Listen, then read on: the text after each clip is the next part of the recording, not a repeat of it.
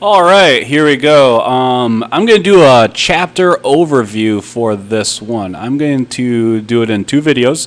This first video is going to be all ionic bonds. Second video is going to be all covalent bonds. So let's see what we can do and get going. Like we said, ionic bonding. Okay, so what do? We started out with drawing some sodium fluoride. Okay. Now what I have the kids do, draw some sodium using the Bohr model and draw some fluorine using the Bohr model.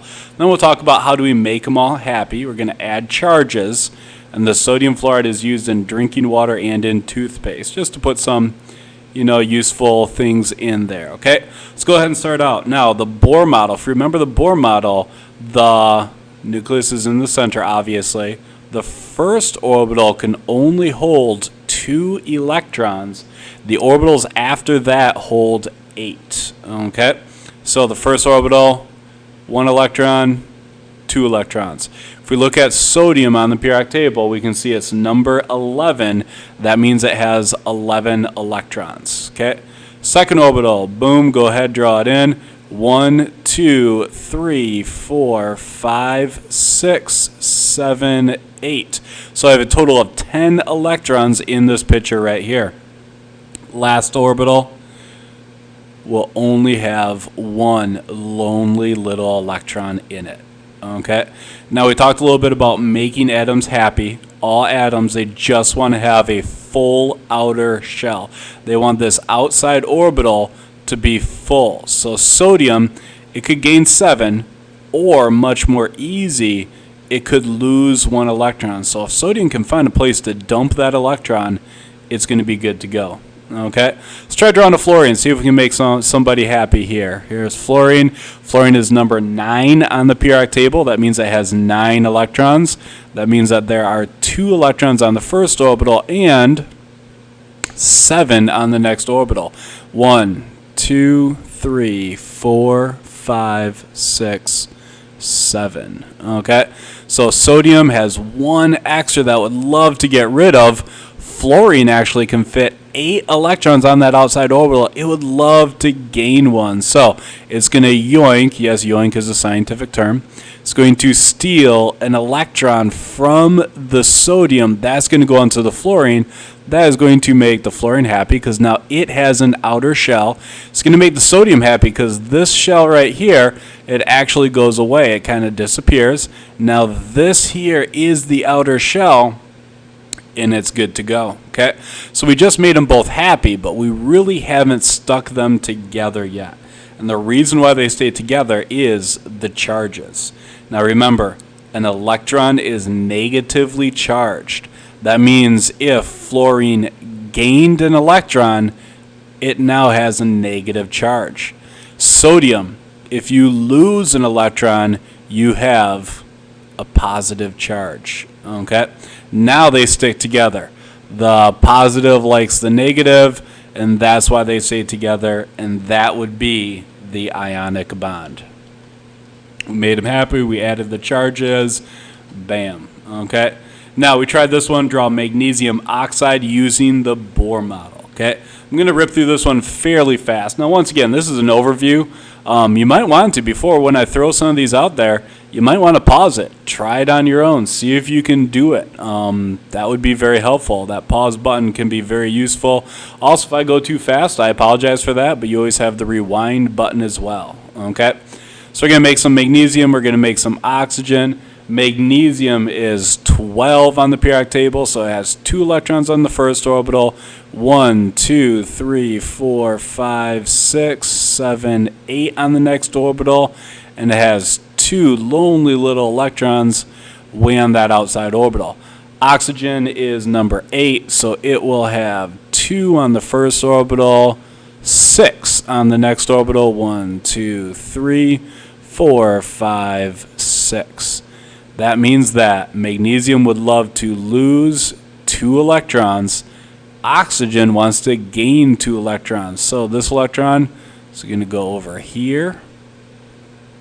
This electron's going to go over there. Oxygen's now happy as a full outer shell. It's got 8 electrons on the outside shell. Magnesium's happy.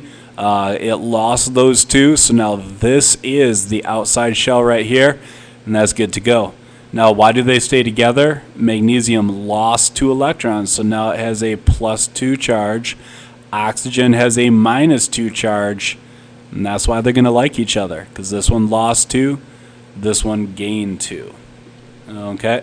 Now, this one gets a little harder. Remember, you giveth, you taketh away. Okay? When a scientist says calcium chloride, they are not telling you how many calcium ions or atoms there are. They're also not telling you how many chlorine atoms there are. The main thing is you have to make everyone happy. Okay? We'll start out with some calcium out here. A little calcium. First orbital has 2. Calcium is number 20 on the periodic table.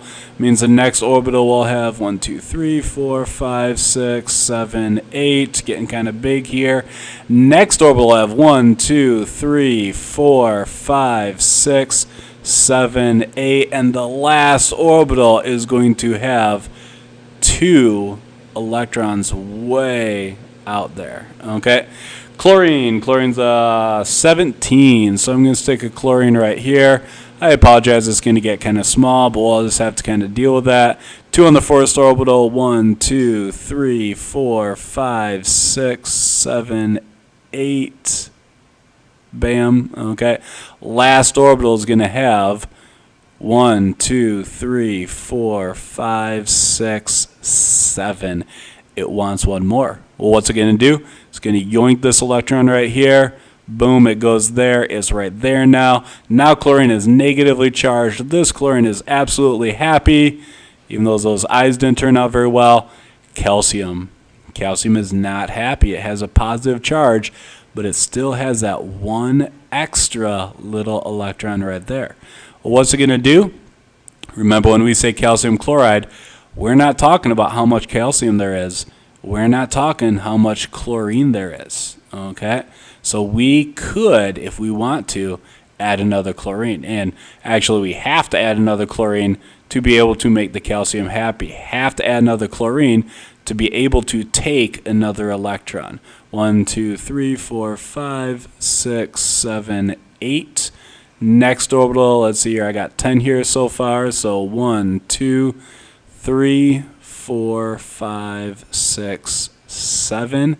That would gladly take this last little electron. Bam, right there. Now this chlorine is now negative as well. This calcium now has lost 2 electrons, so it's positive 2. Okay? This one likes that one. This one also likes that chlorine as well. So this would be written as 1 calcium, 2 chlorines. We're going to go into this deeper further, but that would be written as CaCl2. Okay? Moving on, let's see here. We are going to skip this one. I'm sorry. This is just where we put into our notes ion bonds. Now I give you a easy definition and a tougher definition. Kindergarten definition: atoms get happy by stealing electrons. An atom takes electrons from another one to get happy. The high school definition: well, one do you have to know? You gotta know both. Okay. Attraction by electromagnetic force. That means pluses and minuses, positives and negatives of atoms. Because of opposite charges, one is positive, the other one is negative, after gaining or losing electrons. You gain an electron, you're negative. You lose an electron, you are positive. And that's why they stay together. Now, this right here is the easier way to do it.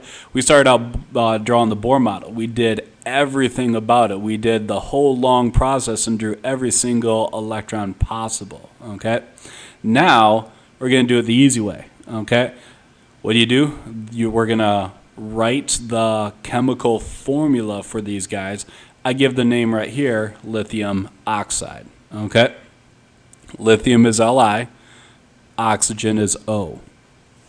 Now we need to understand charges. If we take a look at where lithium is on the periodic table, it's on the first column. It's in the alkali metals column. Now, the alkali metals, once again, kids, you can do this in class. You can do this now if you haven't done it in class. The alkali metals, they all want to lose one electron. That's their whole goal in life, is to lose that one extra electron, because lithium, sodium, potassium, rubidium, cesium, all of those, if they lose one electron, they're happy, they're good to go. So above the alkali metals, you may put a positive 1 charge, okay, on your periodic table. Now, next column over, the alkaline earth metals, the second column, they just want to lose 2 electrons. And so in class, we put a positive 2 above that column. Now I'm going to have you go all the way out to the halogens, column 17 on the periodic table. That would be fluorine, chlorine, bromine, iodine, and astatine. We put a negative 1 charge above all those guys. Why do we put a negative 1 charge? Because all of them, all the halogens, just want to gain 1 electron to be like the noble gases. Gain 1 electron to have a full outside orbital. Then oxygen family, column 16 in the periodic table, we put a negative 2 above them because they want to gain 2 electrons to be just like a noble gas. Okay, so let's see what we got here. Lithium, above lithium on the periodic table, we have a +1 because lithium will make an ion with a positive 1 charge. Oxygen, above that on the periodic table, has a negative 2 charge. Why? Because oxygen wants to gain 2 electrons. Okay, so this would not work. This is not balanced. In nature, these compounds are balanced, and what I mean by balanced is they add up to 1. If I add this one to this one, I get a negative 1, so it's not balanced. But if one lithium atom has a positive 1 charge, 2 lithium atoms will have a positive 2 charge. Okay, so it's Li2O.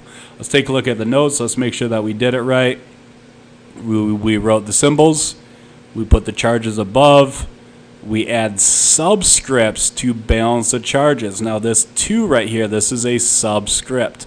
Subscripts, they're smaller than a normal script, and they go below the, I guess you call it the standard letters or numbers that you're putting in, stuff like that.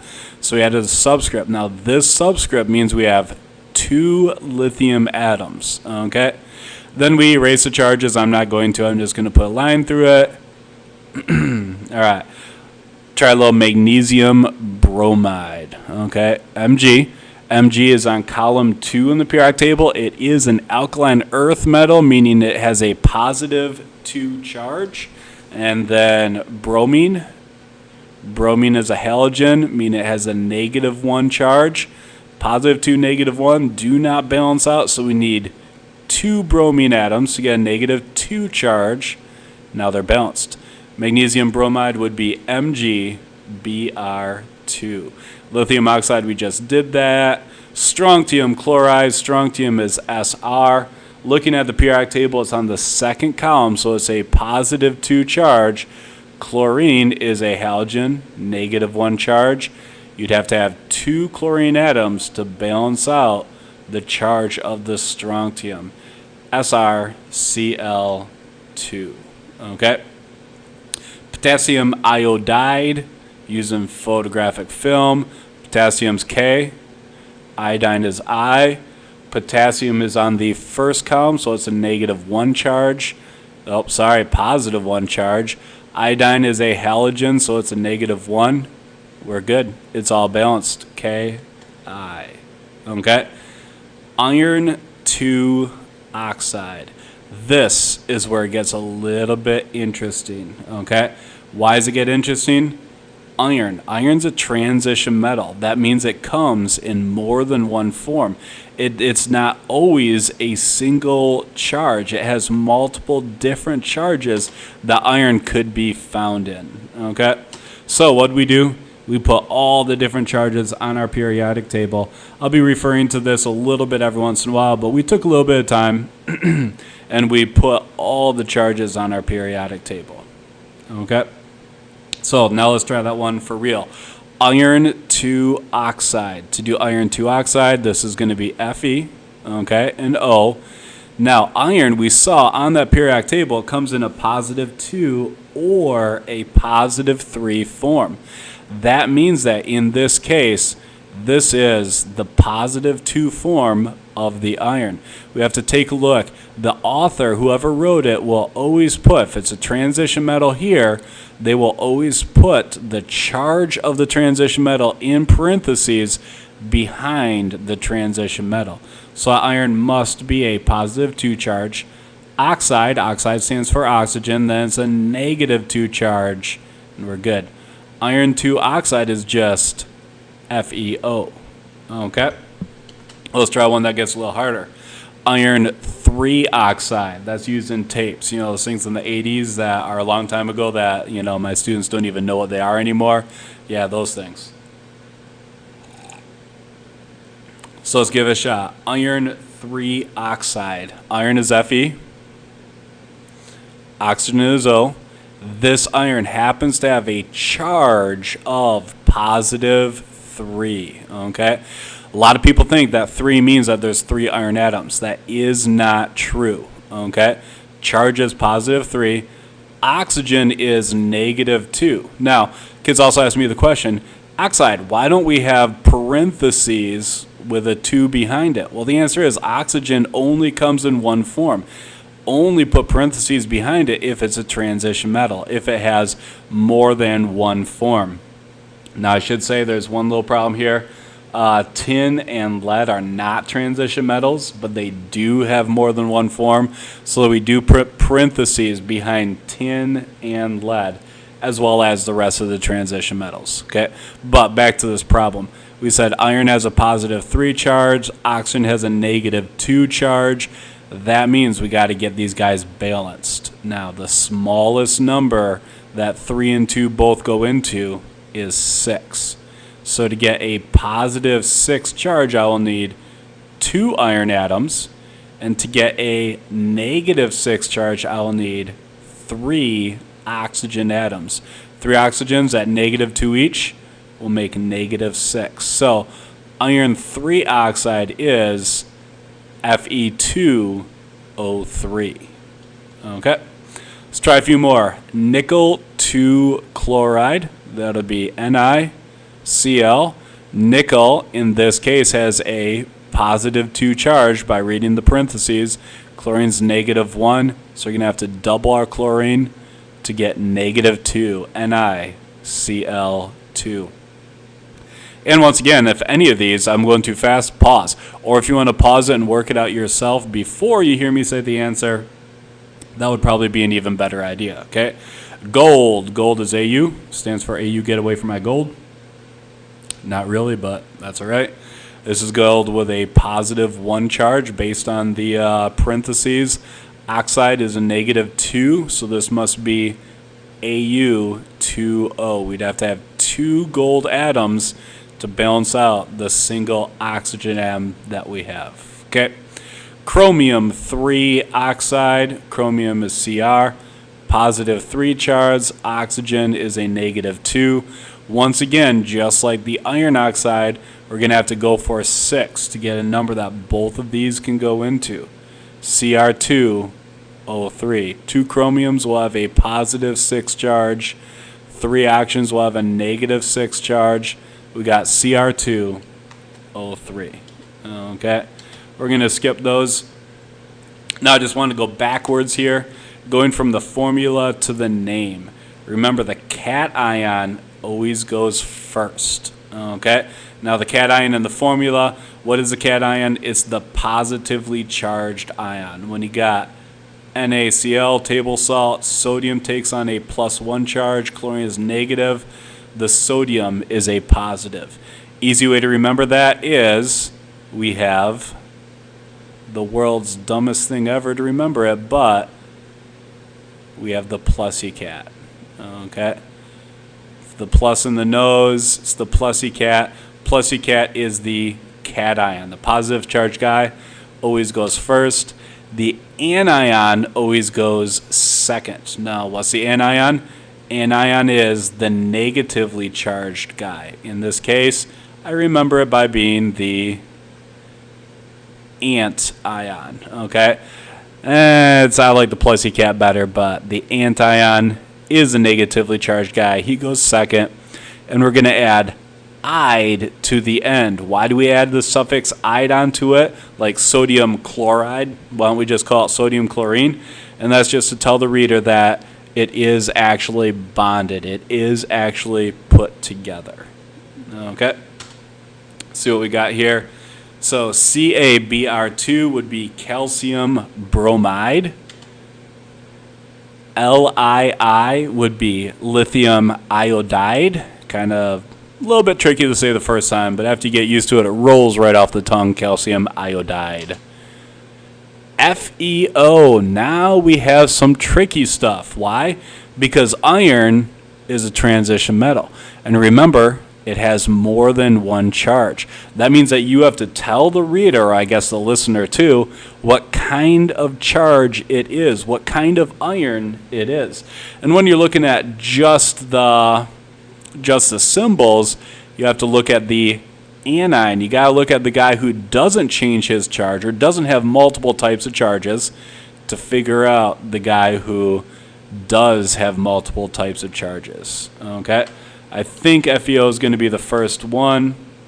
We put in our notes, put charge of transition metals in parentheses, and use Roman numerals. Okay?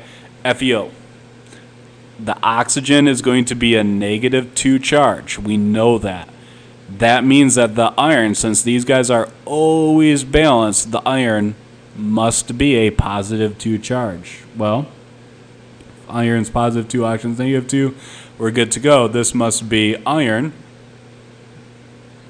parentheses, Roman numeral 2, and some people like if I put the bars on top and bottom, oxide. Don't forget to put the "ide" on there just to tell the reader that those are bonded. Okay. Fe2O3. Let's check this one out. It's a little harder, but oxygen. We don't know what kind of iron this is. If we look at our periodic table, it could be a 2 or it could be a 3. We're not sure. Oxygen. Oxygen is always -2. Must be -2. So if we have 3 oxygen atoms, we're going to have a -6 charge. Well, that means that the irons overall must be +6. Okay? Now, we're not just going to put down iron 6 oxide. Reason being, we have this subscript here. We have 2. We know that 2 iron atoms, there's a Fe, there's a Fe. 2 iron atoms come together, and together they have a +6 charge. That means the charge here must be +3 from this iron atom, +3 from that iron atom. They come together to have this +6 charge. How do we know it's +6? Because the anion is -6. So this would be iron 3 oxide. Okay. CuO, just try a few more examples of this. CuO, oxygen's -2. That means this copper must be +2. That's going to be copper 2 oxide. Okay. The copper is +2 charge.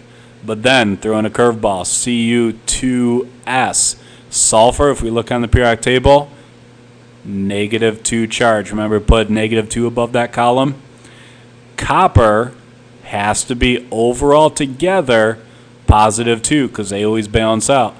Oh, you have 2 copper atoms coming together. Once they're together, they have a +2 charge. So this is copper 1 sulfide. Okay, and please forgive me for my penmanship. Trying to go a little fast. MnO3, this will probably be our last example in this case. Mn is manganese. O3, oxygen always has a -2 charge, so this would be -6. 2 manganese together have a +6 charge. That means each manganese has a +3. So this would be a manganese 3 oxide. Okay.